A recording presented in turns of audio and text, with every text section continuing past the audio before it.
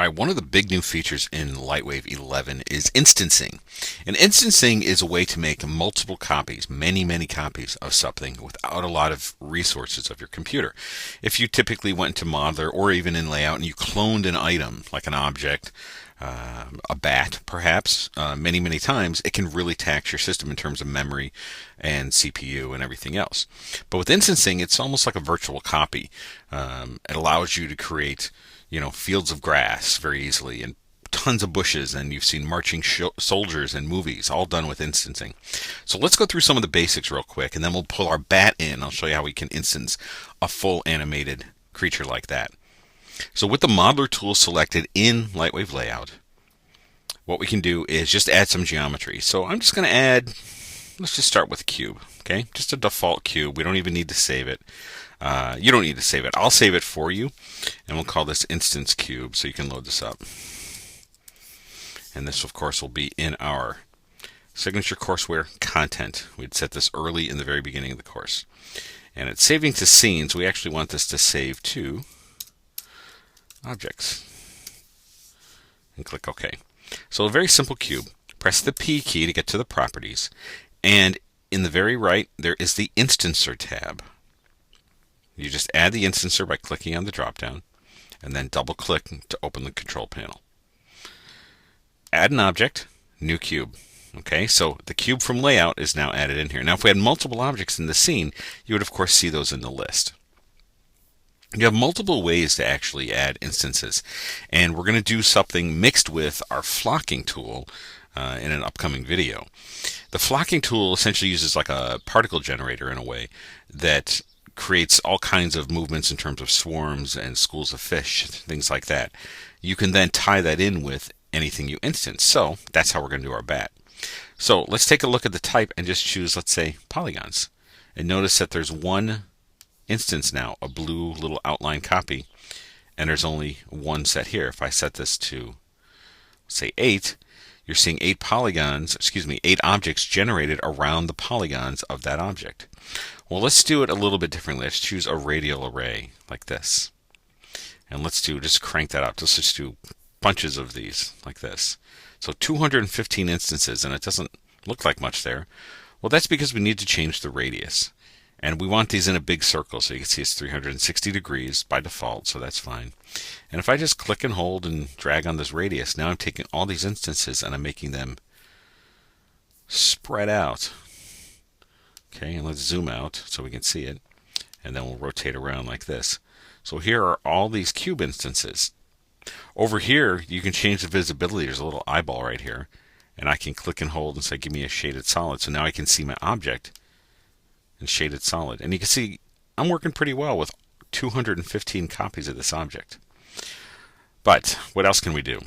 Well, you can look at the scale, and right now the randomization is not doing much, but we can have a minimum randomization and a maximum randomization. And then let's take this light, just by the time being, press the Y command, and I'm going to rotate it down so you can see what we're doing. So now we have some random cubes with a little more shading on. There we go. All right, we can stretch it, of course, and the mode can be random, and we can add minimum values and maximum values so it never gets too big or too small, and that's what those minimum maximum would do for you. Of course, you can choose an offset, and you got to have a minimum and a maximum. Well, if I change the offset, let's say on the Y, look what happens.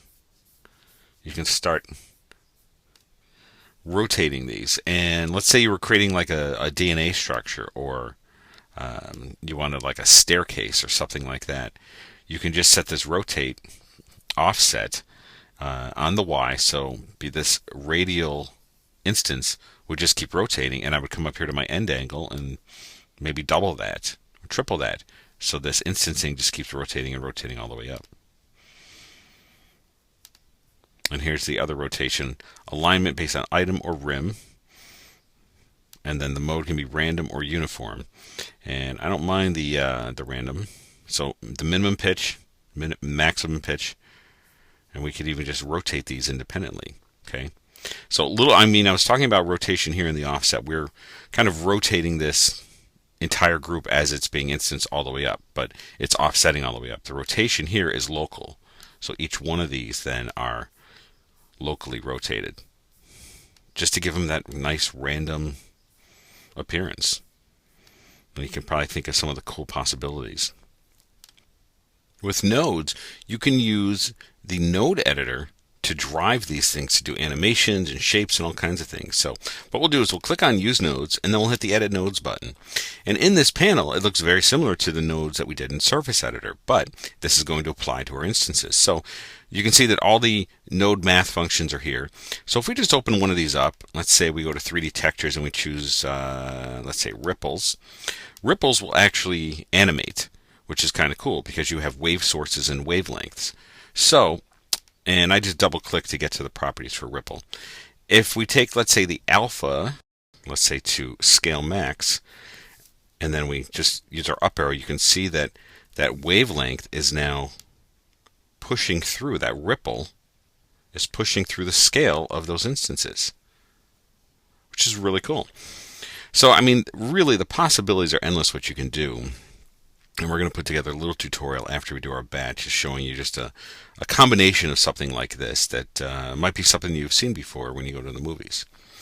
To get to the wavelength properties here for the ripple, there's wave sort. You just double click, and there's wavelength and wave speed and bump amplitude and so on. So we can have maybe a larger bump, so it's a little bit bigger, so it pulses. So think about things like even just a heart or veins. Let's say you make one vein and you create instances inside a body of it, and then you can actually have these pulsing and rippling all the way through, kind of like, you know, blood pumping. You can use the same technique though in the displacement maps just on a simple object, which can work for you as well. But so just a quick overview on instances just to get you familiar with it.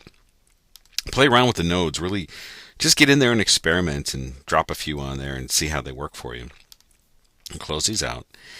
Lastly, let's take a look at this main object here. And if I select this one and rotate, that will act like a master. So if you've ever needed to do any space animations, which I have, and I've needed some random rocks around a planet, let's say, it wasn't easy to set up. You know, it looked to buy models and do things. So imagine if this was something you modeled, just like a crazy cool asteroid or something, and you needed it floating around. So a combination of this rotating around a planet with node editor on to just randomize their independent motions, you can get some very nice motion here that looks pretty random but still contained so that it's orbiting a planet. Let me just open this up by pressing the P key again and show you that the offset here, there's envelope values for each one of these. So I can very easily, as I was rotating these independently and offsetting them independently, I can envelope that value. So over time, not only can I be using the node editor, but I can also just go ahead and rotate them independently with the envelope value, which is really, really cool. So here you can see I'm just really just cranking up the rotation. So they all can be rotating. Hit the envelope, and you can very easily come in here, which we've done before earlier in the course, and create keys. And so over time, and I don't know if these values are going to be right, but over time you can actually just have just rotation animated for those, mixed with using nodes, mixed with whatever surfaces you've put on, and really do some amazing stuff. But let's go back and do our bat and see how we can instance an animated object.